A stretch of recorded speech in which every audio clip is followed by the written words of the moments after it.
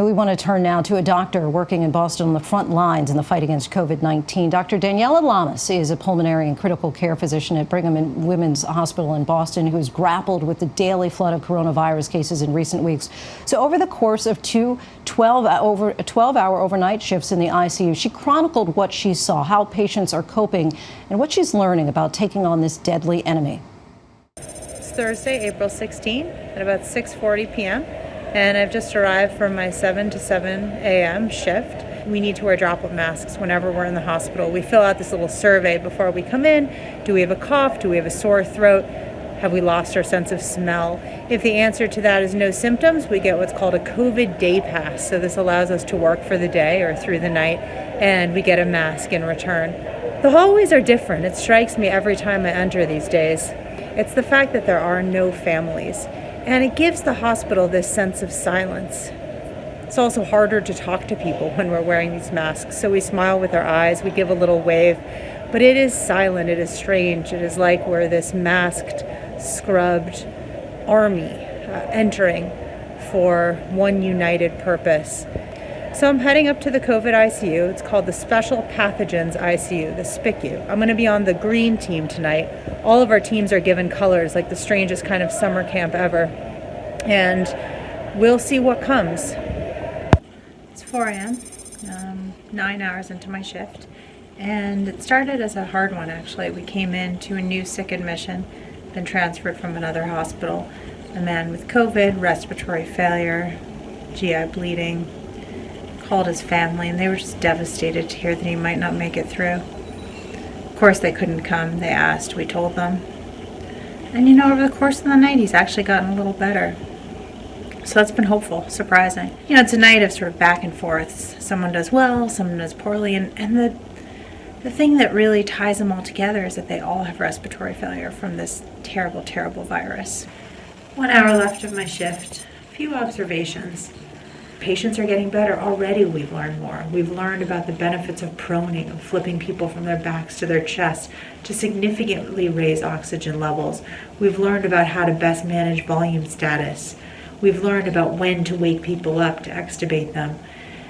And I think we've learned in a real way to do all of these things in spite of our fear. And that fear is real and it is present, but I think we're learning to live with it. Kind of hard to keep track of the day for everybody these days, but particularly when you're on nights and then days. Anyway, it's Saturday, I guess, at about 3 in the morning. We got this new patient who tonight who is very sick.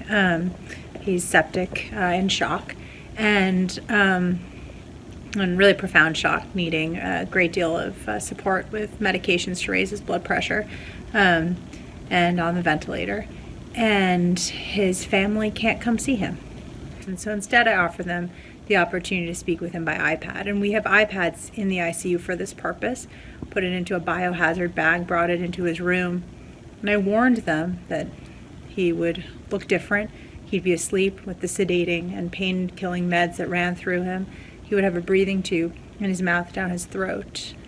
And they were ready, and so I took the phone on FaceTime, and I was wearing all my protective garb, and then turned it around to him.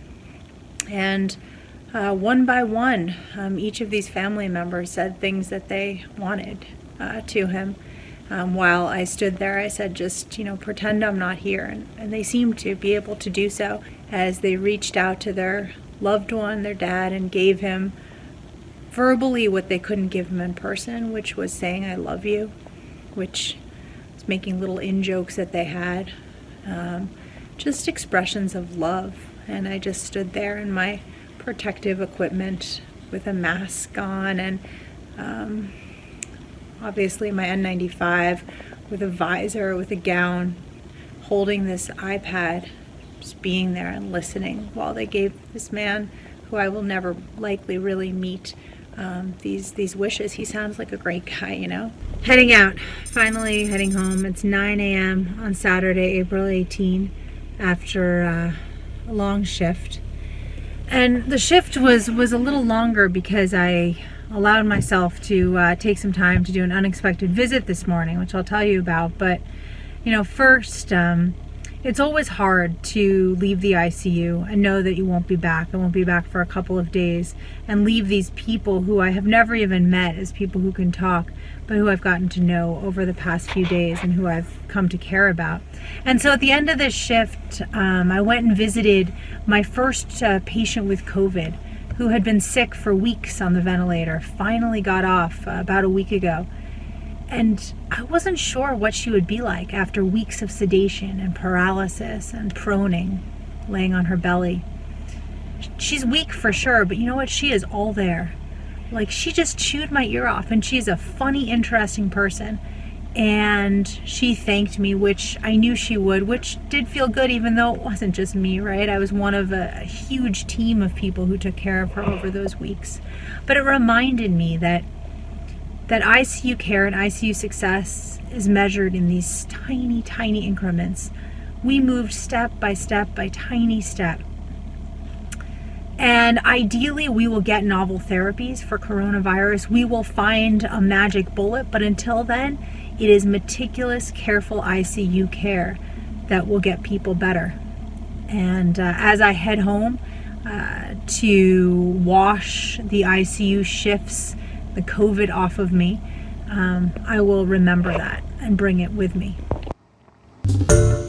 Hi everyone, George Stephanopoulos here. Thanks for checking out the ABC News YouTube channel. If you'd like to get more videos, show highlights, and watch live event coverage, click on the right over here to subscribe to our channel, and don't forget to download the ABC News app for breaking news alerts. Thanks for watching.